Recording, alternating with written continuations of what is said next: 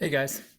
So this video is going to be kind of a breakdown for what we might be looking for the Civil Rights Project, something that I actually want you to create um, at the end of this unit in order to demonstrate what you've learned about the Civil Rights Movement.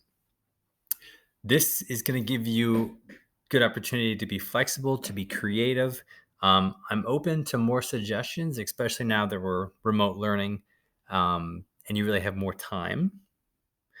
But let me walk over what you've been given, whether you got this um, via the packet or whether you're going to get this online. So, really,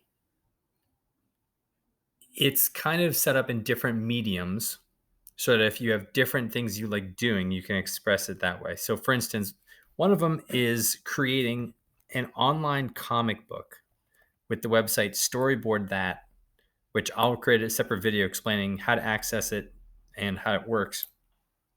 But it's this website where you can create these, like an online comic strip, like you see below. And in this part, if you choose to do this option, you would be recreating some of the most famous scenes from the civil rights movement where you would be kind of retelling the story as if you were there, like a journalist covering it. Like, what was the emotion in the air? What were people doing? If people were saying things or thinking things, what was it? So, if you chose to do that option, I would have you make at least 6 slides, so 6 scenes, and there's a number of different um, like famous things that you could cover, such as the Brown versus the Board of Education court case, the Montgomery bus boycott, Rosa Parks initially refusing. You could cover the March on Washington, the Greensboro lunch counter sit ins. Um, you could cover the Birmingham fire hose event where they had the dogs set on the children, whatever it may be. That's one option. So, like I said, separate video will come out detailing how to access and use the Storyboard That website because I got us a free license. Another option is to create your own how-to video on YouTube. Like just like these are technically like how-to videos when I'm walking you through an assignment. You guys know all those videos where people like say, how to dye your shoes or how to cut your own hair. Um, this would be you filming yourself demonstrating the different methods of protest that were used and how they worked, why they were needed at the time, and why they chose specifically to do it peacefully in order to get their method across. So, as we learn about specifically like the sit ins, the boycotts, the peaceful marches, you would be then reflecting on as if once again you were a reporter, like a journalist covering this live, where it took place, kind of recreating how to do some of these protests as if you were going to do them here in 2020. Um, it is kind of interesting to know because I believe it was last year's class that was able to get our school dress code updated to include the hoodies that you've been wearing. And one of the ways that was done was by doing a petition.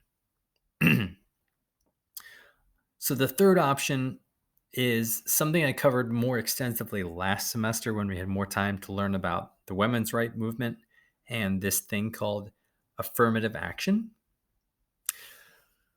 I don't really have all the materials, nor did I give out all the materials for the packet to really get into this third option. But I would be willing that if people wanted to do something along these lines where you would create your own podcast, which is kind of like a pre-recorded radio interview. If you wanted to write a script as if you were going to discuss um, affirmative action or the women's right to vote, and you want more help with that, let me know because that's something that also might be very interesting to some of you. Also falls within the umbrella of civil rights, but is not going to get as much coverage since we're doing remote learning right now, but you are more than free to like look up all this stuff. I can send you videos. Um, so basically, like one option is to record a podcast as if you're doing like an interview with somebody to discuss what these things are, what they mean, if changes really have been made or not. Another one is to make a YouTube how to video. And then the third option is to create one of these online comic strips called a storyboard. So, once again, I'm very willing to be flexible with what you want to actually do to create, so long as we can be demonstrating what you've learned. And I'd like to be able to share these with the whole class. Like, we obviously can't do in class presentations, but if there's a way to all post our stuff to Google Classroom together, and or even if those of you who are working from home, if you wanted to be creating something and then sending in a video or sending in pictures of things, that would be great as well. So I will give you more information with this. For now, that should be good.